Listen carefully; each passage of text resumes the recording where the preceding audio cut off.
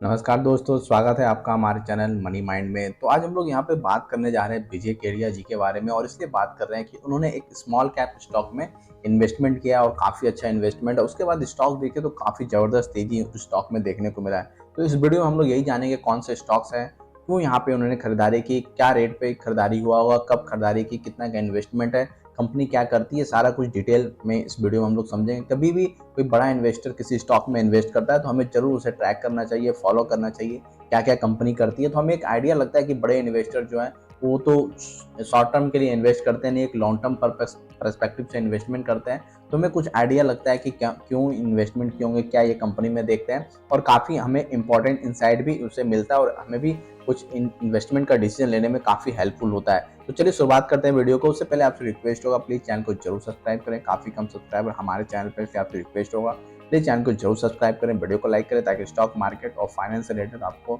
Genuine information और latest update मिल सके और मुझे भी इससे सपोर्ट मिलता रहेगा। तो यहाँ पे बात करें कंपनी के बारे में तो ये स्मॉल कैप कंपनी है, इंफ्रास्ट्रक्चर से रिलेटेड कंपनी है, यानी SPML इंफ्रा कंपनी का नाम है। और बेसिकली अगर यहाँ कंपनी के बारे में जाने तो ये water management, power transmission, urban infrastructure project जैसे चीज़ों में इन्वॉल्व है। कोर बिजनेस की अगर बात करें तो यहाँ पे water supply pipeline, treatment plants, sewage system, sub station, rural electrification work.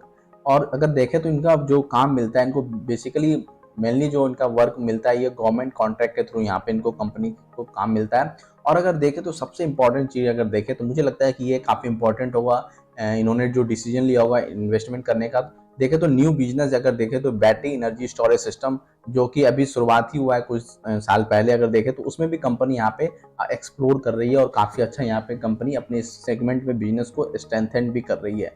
तो देख सकते हैं काफ़ी अच्छा यहाँ पे वर्किंग अगर देखें तो काफ़ी अच्छा यहाँ पे एक्सपेंशन कंपनी अपना कर रही है। और जिस तरह से कंपनी इंगेज है, जिस तरह से वर्क में अगर देखें तो मॉडर्न फैसिलिटी की बात करें, गवर्नमेंट का काफ़ी फोकस यहाँ पे वाटर सप्लाई को लेके है, यहाँ पे अर्बन सिटी में जो सुविधाएं मिलती है उसको एक्सटेंड करने को लेकर। तो ये कंपनी काफ़ी यहाँ पे इंपॉर्टेंट रोल प्ले कर सकती है और गवर्नमेंट से कॉन्टैक्ट भी मिलते हैं। अब जानते हैं कि कंपनी में कैसे इन्वेस्टमेंट किया, कितने का इन्वेस्टमेंट किया इन्होंने, इसके बारे में यहाँ पे देखें तो कंपनी को कुछ अवार्ड भी इंडिया इंफ्रा अवार्ड भी मिल चुका है। अगर देखें यहाँ पे तो इन्होंने लगभग मार्च के मंथ में यहाँ पे इन्वेस्टमेंट किया और इससे पहले शायद इनका कोई इन्वेस्टमेंट नहीं है, यानी कि फ्रेश यहाँ पे इन्वेस्टमेंट करते हुए दिखे हैं। अगर यहाँ पे देखें तो लगभग 1.9% स्टेक कंपनी में इन्होंने बाय किया है और लगभग 360 मिलियन रुपीज का इन्होंने इन्वेस्टमेंट किया है। पहले इन्वेस्टमेंट कुछ नहीं था, मार्च में हुआ है। अब हम ये भी जानने की कोशिश करेंगे किस रेट पे इन्होंने बाइंग किया होगा। उसके पहले अगर देखें यहाँ पे क्यों ये उन्होंने बाइंग डिसीजन लिया होगा, लॉन्ग टर्म पर्सपेक्टिव से ये लोग बाय करते हैं। तो ऐसा नहीं कुछ एक क्वार्टर का रिजल्ट देखे होंगे इसलिए उन्होंने बाइंग का डिसीजन लिया होगा। इन्होंने कई सारी चीज़ें यहाँ पे देखे होंगे, कई सारे मंथ से ये ट्रैक कर रहे होंगे कंपनी को। उसके बाद कुछ इंस्टेंट कुछ चीज़ें हुई, डेवलपमेंट हुआ होगा, उस वजह से इन्होंने डिसीजन लिया होगा। तो उसमें देखें तो दो चार रीजन काफ़ी आपको इंपॉर्टेंट लगेंगे। यहाँ पे अगर देखें तो यहाँ पे अभी जो क्वार्टर 3 का जो नंबर आया था कंपनी का, जो कि काफ़ी इंपॉर्टेंट देखने को मिला। रेवेन्यू की बात करें यहाँ पे तो 1879 मिलियन से यहाँ पे देख सकते हैं लगभग 2300 मिलियन के आसपास रेवेन्यू पहुंच चुका है। तो जबरदस्त तरीके से रेवेन्यू में भी यहाँ पे वृद्धि होता हुआ दिखा है। प्रॉफिट लगभग यहाँ पे डबल होता हुआ दिखा है। अगर यहाँ पे ईयर ओवर ईयर कंपैरिजन करें लगभग 99 मिलियन का प्रॉफिट था, अगर यहाँ पे देखें तो 200 के पास प्रॉफिट पहुंच चुका है। तो यहाँ पे प्रॉफिट भी डबल होता हुआ दिखा है। मुझे लगता है ये एक ट्रिगर पॉइंट हो सकता है कि इन्होंने बाइंग का डिसीजन लिया होगा। अगर यहाँ पे देखें तो प्रोमोटर भी लगातार यहाँ पे अपना जो स्टेक है वो बढ़ाता हुआ दिख रहा है। सितंबर 2025 की बात करें यहाँ पे तो प्रोमोटर का होल्डिंग 35% के आसपास था। दिसंबर 2025 की बात करें तो लगभग 37% हो चुका है और मार्च 2026 की बात करें तो यहाँ पे 40% हो चुका है। धीरे धीरे प्रोमोटर भी अपने स्टेक को यहाँ पे बढ़ाता हुआ दिख रहा है। तो ये भी एक यहाँ पे प्लस पॉइंट हो सकता है स्टॉक के लिए।